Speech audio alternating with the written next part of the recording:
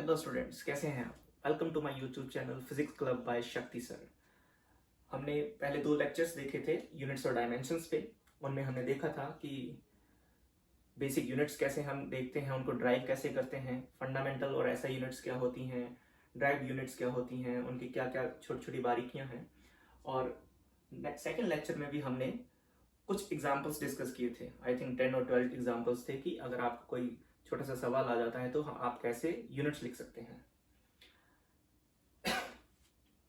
आज के लेक्चर में हम देखेंगे कि डायमेंशंस पे किस तरह का सवाल आता है। डायमेंशनल एनालिसिस इस टॉपिक का नाम है कि एग्जाम पॉइंट ऑफ व्यू से सीबीएसई में, किसी भी स्टेट बोर्ड में एग्जाम आता है या नीट में ये सवाल आता है यहाँ से कि कैसे इसको हम सॉल्व करेंगे।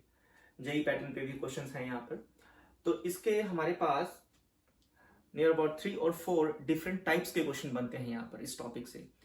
सो मैं ट्राई करूंगा कि उन सारे को एक लेक्चर में कंप्लीट करूं। अगर पॉसिबल ना हो पाया तो मैं दूसरा लेक्चर बनाऊंगा सो दैट कि ये वाला लेक्चर लंबा ना हो जाए, राइट। सो चलिए हम स्टार्ट करते हैं। तो सबसे पहले डायमेंशनल एनालिसिस में हम एक छोटा सा इक्वेशन देखते हैं। ये एक छोटा सा इक्वेशन है a plus B.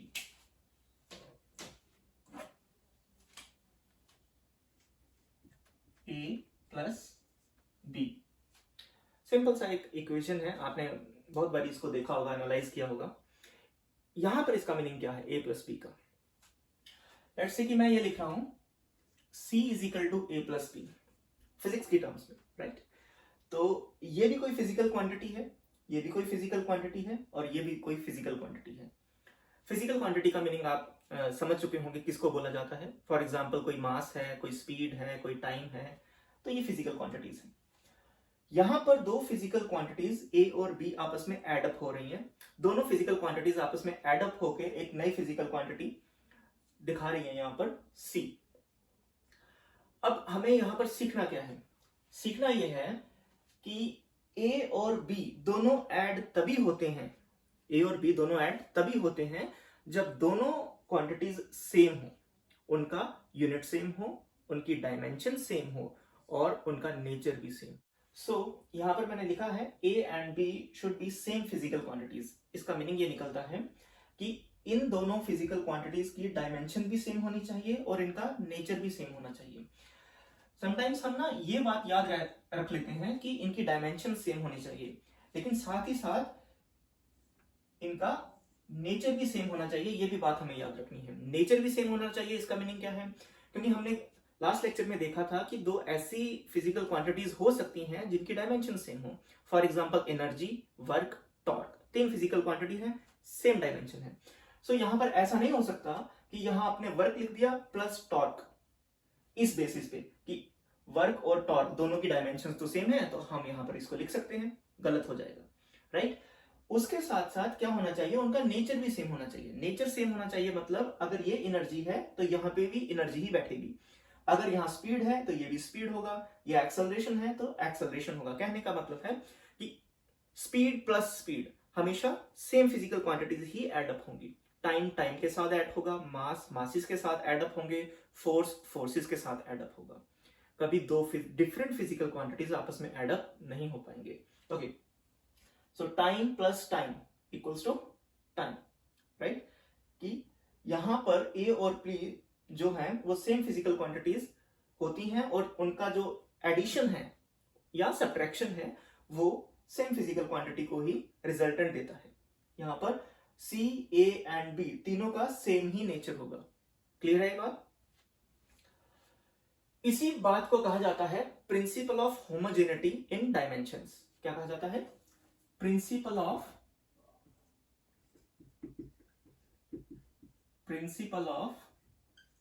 Homogeneity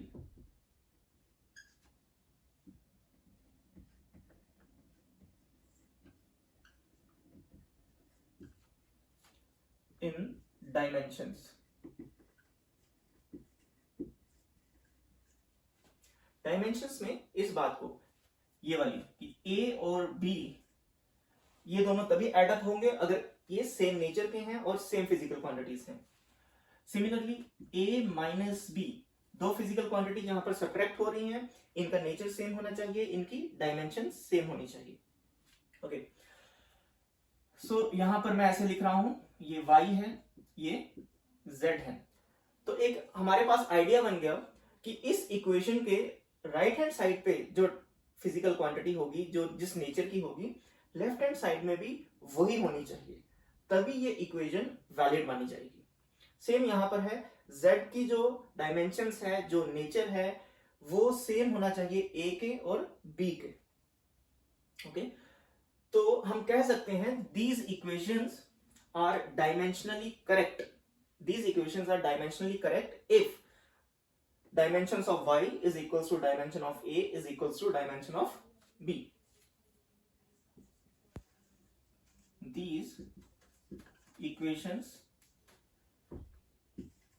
are dimensionally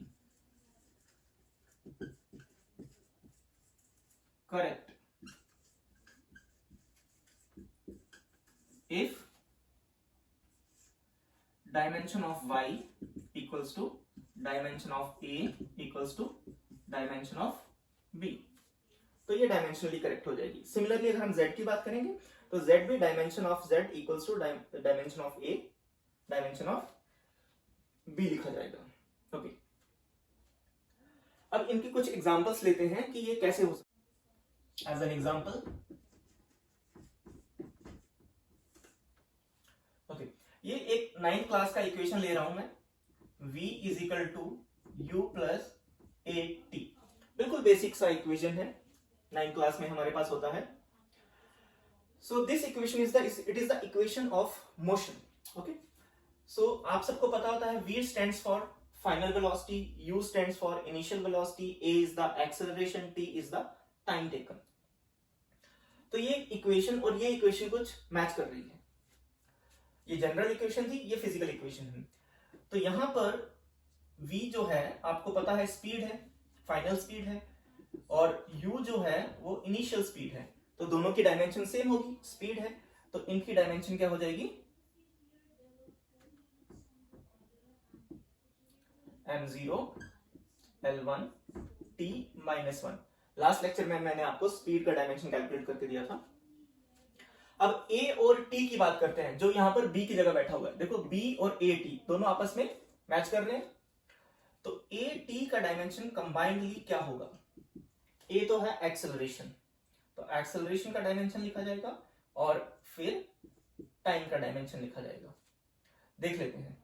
अब एक्सेलरेशन का डायमेंशन क्या होता है, वो होता है l1 t माइनस 2, ये है एक्सेलरेशन का डायमेंशन, और टाइम के लिए लिखा जाएगा t1।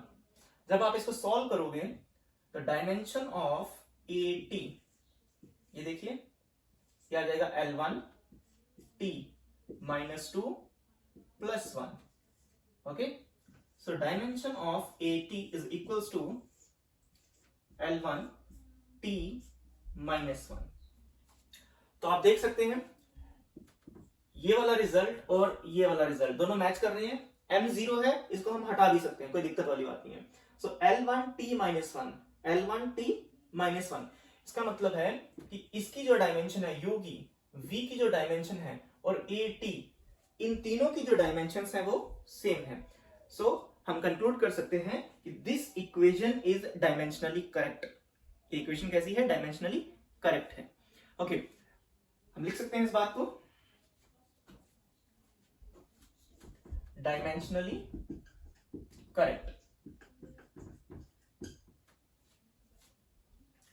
आपसे क्वेश्चन पूछा जाता है एग्जाम में कि check the consistency of the equation, कि आपको एक इक्वेशन दे दिया जाएगा और पूछा जाएगा कि आप चेक करके बताओ, उसको सॉल्व करके बताओ कि लेफ्ट हैंड साइड की डायमेंशंस और राइट हैंड साइड की डायमेंशन सेम है कि नहीं है।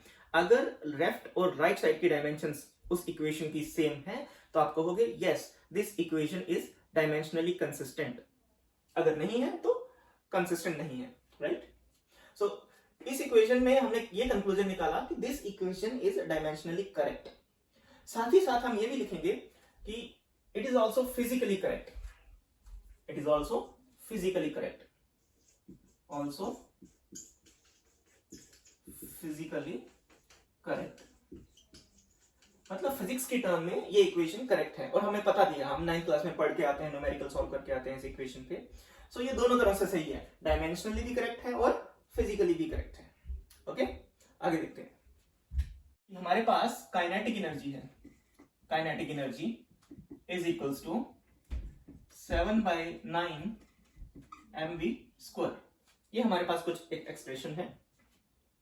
आपसे पूछा जाता है कि इसकी कंसिस्टेंसी चेक करो इस इक्वेशन की, तो हमें चेक करना पड़ेगा, इसकी लेफ्ट हैंड साइड की डायमेंशंस देखनी पड़ेंगी और राइट हैंड साइड की डायमेंशंस देखनी पड़ेंगी, क्या वो इक्वल आती हैं कि नहीं आती हैं।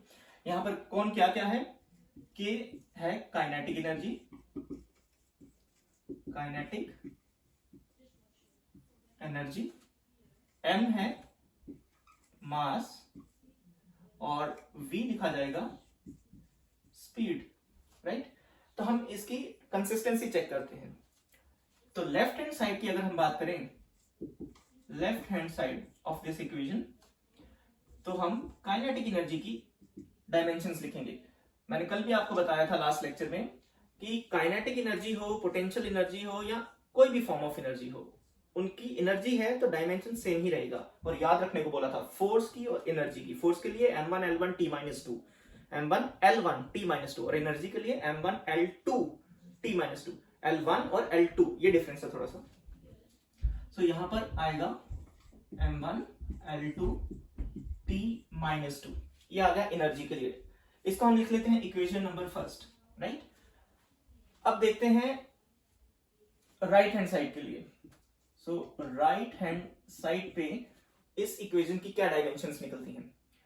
राइट हैंड साइड पे है हमारे पास 7/9 mv²। अब जो 7/9 है वो एक कांस्टेंट क्वांटिटी है, तो कांस्टेंट क्वांटिटी का कोई भी डायमेंशन नहीं होगा। तो इसका अगर हमें डायमेंशन देखना होगा तो हम सिंपली मास का डायमेंशन लिखेंगे और स्पीड का डायमेंशन लिखेंगे। मास का डायमेंशन तो ये लिखा गया, मास का डायमेंशन, और स्पीड के डायमेंशन के लिए आप लिख सकते हो m0 l1 t-1, ये है स्पीड का डायमेंशन। यहां पर v² है तो यहां पर भी डायमेंशंस पे स्क्वायर लगा दिया जाएगा।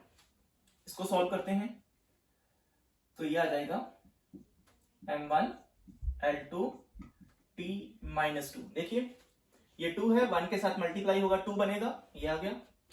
ये -1 है, 2 के साथ मल्टीप्लाई होगा -2 बनेगा, ये आ गया। यहां पर m1 है, ये 0 है, 0 के साथ 2 मल्टीप्लाई होगा 0 ही रहेगा। सो हमारे पास m1 आएगा। सो ये है हमारे पास equation number second. Equation first और इक्वेशन सेकंड दोनों मैच कर रही है, m1 l2 t-2, m1 l2 t-2। इसका मतलब ये है कि जो हमारे पास लेफ्ट हैंड साइड की डायमेंशंस थी और राइट हैंड साइड की डायमेंशंस थी वो सेम है। सो हम कह सकते हैं कि this equation is dimensionally correct. So we can say the equation star, इसको नाम दे देते हैं star. The equation star is dimensionally correct. Okay, ये बात तो सही होगी कि भाई डायमेंशनली करेक्ट होगी। फिजिकली क्या ये इक्वेशन करेक्ट है? कभी आपने सुना है kinetic energy is equal to 7/9 mv²? मैंने तो ये सुना है कि kinetic energy is equal to 1/2 mv², और इस पे सवाल भी बहुत बनाए हैं, सॉल्व भी हुए हैं, नंबर भी आए हैं। सो ये जो फॉर्मूला लिख दिया मैंने या इक्वेशन लिख दी मैंने k is equal to 7/9 mv², ये फिजिक्स के अकॉर्डिंग गलत है, क्योंकि यहां ये नेचर इसको फॉलो नहीं करता। नेचर फिजिक्स किसको फॉलो करती है? Kinetic energy is equal to 1/2 mv² को फॉलो करती है। सो यहां से मैंने जानबूझ के ये लिखा है सो दैट कि आपको ये बता सकूं कि ये जो इक्वेशन है ये डायमेंशनली तो करेक्ट निकल आई है, लेकिन फिजिकली ये इक्वेशन क्या है? गलत है। ओके, तो हम लिखेंगे but physically this is incorrect.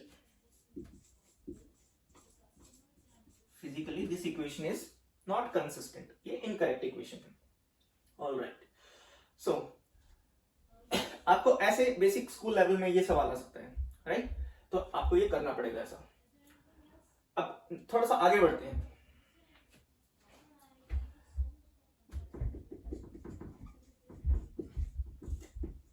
आप इसको देख सकते हो, ये थर्ड इक्वेशन जो है ये भी इक्वेशन ऑफ मोशन है, आपने देखा होता है v square minus U square equals to 2as, ऐसे 2as, इस तरह से इक्वेशन है। दो तरह से सवाल पूछे जा सकते हैं, यहां पर ये भी कहा जा सकता है कि check the consistency of this equation, कि क्या ये इक्वेशन जो लिखी गई है v square minus U square is equal to 2as, ये सही है या नहीं है। दूसरा, और आप कर लोगे बड़े आराम से, मुझे पता है कि ये स्पीड है, ये भी स्पीड है, ये एक्सेलरेशन है, और s क्या होता है, डिस्टेंस होता है। सॉल्व करेंगे, ये कंसिस्टेंट आएगी, और फिजिकली भी आपको पता है ये इक्वेशन सही है। इसको आप ट्राई कर सकते हो ये दो एग्जाम्पल के बेस पे। एग्जाम जो एंट्रेंस एग्जाम में क्वेश्चन आएगा थोड़ा सा ये जो हो गया ना कि कंसिस्टेंसी चेक करो, ये हो गया स्कूल लेवल के। अब एंट्रेंस एग्जाम के हिसाब से आपको यहां पर कुछ ऐसे ये बिठा दिया जाएगा, x, यहां पर x बिठा दिया जाएगा और कहा जाएगा find the dimensions of x, कि x की डायमेंशंस बताओ, कि ये एक इक्वेशन है आपके पास जो कि डायमेंशनली करेक्ट है वगैरह वगैरह, तो find the dimensions of x की क्या डायमेंशंस होंगी। ये सवाल आ सकता है आपको, राइट। 4 ऑप्शंस दिए होंगे, उनमें से सही वाला टिक करना होगा। तो इसको देखो कैसे हमें सॉल्व करना पड़ेगा। अब मैंने आपको बताया था कि a प्लस बी जो होता है वो सेम डायमेंशंस के होते हैं, a माइनस बी भी सेम डायमेंशन के होंगे। तो यहां पर v square minus U square, ये इक्वेशन सही है। इसका मतलब जो डायमेंशन v की होगी वही u की होगी, जो डायमेंशन v स्क्वायर की होगी वही u स्क्वायर की होगी। ओके, सो हम लिख सकते हैं dimension of v square equals to dimensions of u square, left hand side LHS, ये left hand side from the principle of homogeneity, ऐसा है। अब इसकी डायमेंशन होगी कितनी यार, इसकी डायमेंशन लिखा जाएगा m0 l1 t-1, ये तो बेसिक फॉर्मूला हो गया डायमेंशन ऑफ स्पीड, स्क्वायर है तो स्क्वायर लगा देंगे। तो देखिए क्या आता है फिर, ये आ जाएगा l2 t-2, ये ऐसा आ जाएगा कुछ। अब लेफ्ट हैंड साइड का तो हमने डायमेंशन यहां पर लिख के रख लिया, राइट हैंड साइड का डायमेंशन भी लेफ्ट हैंड साइड के डायमेंशन के इक्वल होना चाहिए according to the principle of homogeneity in dimensions, है ना। तो अब मैं लिखता हूं राइट हैंड साइड, इसका dimension, so dimension of 2ax, a है एक्सेलरेशन, x अननोन क्वांटिटी है, 2 का कोई डायमेंशन नहीं होगा, a का डायमेंशन लिखेंगे और x का डायमेंशन लिखेंगे। a का डायमेंशन आपको पता है, एक्सेलरेशन होता है l1 t-2, ये है एक्सेलरेशन का डायमेंशन, और x को हम x ही अभी लिख देते हैं। ये हो गया हमारे लिए इक्वेशन फर्स्ट, ये हो गया हमारे लिए इक्वेशन सेकंड। अब according to the principle of homogeneity क्या होना चाहिए, जो इक्वेशन फर्स्ट की डायमेंशंस हैं और इक्वेशन सेकंड की डायमेंशन है वो दोनों आपस में करेक्ट होनी चाहिए या इक्वल होनी चाहिए, हम ये कह सकते हैं। इक्वेशन फर्स्ट और इक्वेशन सेकंड दोनों इक्वल होनी चाहिए। तो देख लेते हैं ये क्या होगा। From first and second equation, first और सेकंड इक्वेशन से अगर हम बात करेंगे लेफ्ट हैंड साइड और राइट हैंड साइड के लिए, तो देखते हैं ये हो जाएगा L2 t-2, ये तो है यार डायमेंशन लेफ्ट हैंड साइड की, और राइट हैंड साइड में देखो क्या है, ये है इक्वेशन सेकंड, ये लिखा जाएगा L1 t-2 okay and x, ऐसे ये x लिखा जाएगा। अब इसको सॉल्व करते हैं। देखो डायमेंशंस में भी मल्टीप्लिकेशन और डिवीजन में बेसिक अलजेब्रा यूज होगा। जिस तरह से आप 2 डिवाइडेड बाय 2 इक्वल्स टू 1 कर देते हो, उसी तरह से L डिवाइडेड बाय L 1 आ जाएगा ना। तो इसको देखते हैं जरा पर, ये आ जाएगा L2 t-2 divided by L1 t-2 is equals to, quite simple. देखो आप देख सकते हो किस किस को सब्ट्रैक्ट कैंसिल किया जा सकता है, t से t कैंसिल आउट हो जाएंगे, यहां पर 1 है यहां पर 2 है, तो ये 2 पावर खत्म हो जाएगा, सिर्फ L1 बचेगा यहां पर। सो हमारे पास आ जाएगा डायमेंशन ऑफ, ये आसान सा सवाल था। तो इसका मतलब x की जगह कौन बैठा हुआ है, x की जगह लेंथ है। x किसको रिप्रेजेंट कर रहा था, लेंथ को, कितनी पावर से, पावर 1 से। ओके, तो इस तरह से आपको सवाल पूछे जाते हैं। और एग्जांपल लेता हूं जो एग्जाम में आए हुए हैं। देखिए ये सवाल है हमारे पास, ये CPMT जैसे AIPMT हुआ जिसको आज नीट, आज के जमाने में नीट बोला जाता है, तो ये 1990 में आया था और ये सवाल काफी टाइम रिपीट भी हो चुका है। तो the velocity v of a point at time t is given by, ये एक इक्वेशन है हमारे पास, velocity is equal to at plus b divided by t plus c। यहाँ पर v तो हो गया वेलोसिटी, t हो गया टाइम, हमें a b और c के बारे में नहीं पता है, तो कहता है find the dimensions of a b and c। चार ऑप्शन गिवन है, तो हमें ऑप्शंस तो मैंने यहाँ पर नहीं लिखे हैं, लेकिन हमें कैलकुलेट करना है कि इनकी डायमेंशंस क्या होंगी। ये पूरा का पूरा सवाल जो था 4 नंबर का सवाल आता है, आपको सबको पता है, तो ये प्रिंसिपल ऑफ होमोजेनिटी पे ही बेस्ड है। प्रिंसिपल ऑफ होमोजेनिटी पे जैसे मैंने आपको सिखाया था कि a प्लस बी अगर ऐड हो रहे हैं तो दोनों की नेचर सेम होना चाहिए, तो इस बात को यहां पर लागू करेंगे कि a प्लस बी अगर ऐड हो रहे हैं तो दोनों का नेचर सेम होना चाहिए। इसका मतलब यहां पर अगर टाइम है तो टाइम किसके साथ ऐड होगा, टाइम के साथ ही ऐड होगा, तो c का नेचर कैसा होगा, टाइम। बिल्कुल सिंपल सी बात फ्रॉम प्रिंसिपल ऑफ होमोजेनिटी। तो हम कह सकते हैं कि जो टाइम की डायमेंशन होगी वही c की डायमेंशन होगी, क्योंकि t c के साथ एड अप हो रहा है और सिर्फ same physical quantity, same nature की फिजिकल क्वांटिटीज ही आपस में ऐड हो सकती हैं। Only same nature quantities can be added. Okay, तो C का तो हमें पता लग गया भाई कि C तो टाइम था। अब B के बारे में क्या ख्याल है, B तो कुछ हो सकता है ना। देखिए इसको मैं इक्वेशन नंबर लिख देता हूं 1। ये कुछ वैसा ही है जैसा हमने लिखा था, ऐसे C is equal to A plus B, जो डायमेंशन C का वही डायमेंशन A का वही डायमेंशन B का, तीनों को सेम डायमेंशन होना चाहिए। यहां पर भी वही बात आएगी, जो डायमेंशन V का वही डायमेंशन A और T का कंबाइंड वही डायमेंशन ये। इसका मतलब कि A T को कौन रिप्रेजेंट कर रहा है, ये बड़ा वाला A। इसको कौन रिप्रेजेंट कर रहा है, ये कैपिटल B। इसको कौन रिप्रेजेंट कर रहा है, ये कैपिटल C रिप्रेजेंट कर रहा है। तो हमने देखा था कि जो डायमेंशन C का होगा वही डायमेंशन A का होगा और वही डायमेंशन B का होगा। तो इस बात को यहां पर लागू करते हैं, सीखा है तो कैसे अप्लाई करेंगे, हम कहेंगे dimension of V is equals to dimension of AT, ऐसे बोलेंगे ना इस बात से। ओके, तो V का डायमेंशन क्या निकला, V का डायमेंशन निकला L1T-1, ये हमें रट्टा होगा। यहां तो लिखेंगे A, हमें नहीं पता कौन है A, T का पता था, T लिख दिया T1, यहां से A निकाल लोगे ना यार, A कैसे कैलकुलेट कर लेंगे, ये आ जाएगा L1T-1 डिवाइडेड बाय T1। ये तो बेसिक मैथमेटिक है, इतना तो आना चाहिए ना, 11वीं क्लास में पहुंच गए। ये 1 है, ऊपर जाएगा तो क्या बन जाएगा -1, ठीक है, ये ऐसे काट मत देना इनको, तो ये आ जाएगा L1T-2। ए तो यार एक्सेलरेशन निकला, ये किसकी डायमेंशंस होती हैं, एक्सेलरेशन की।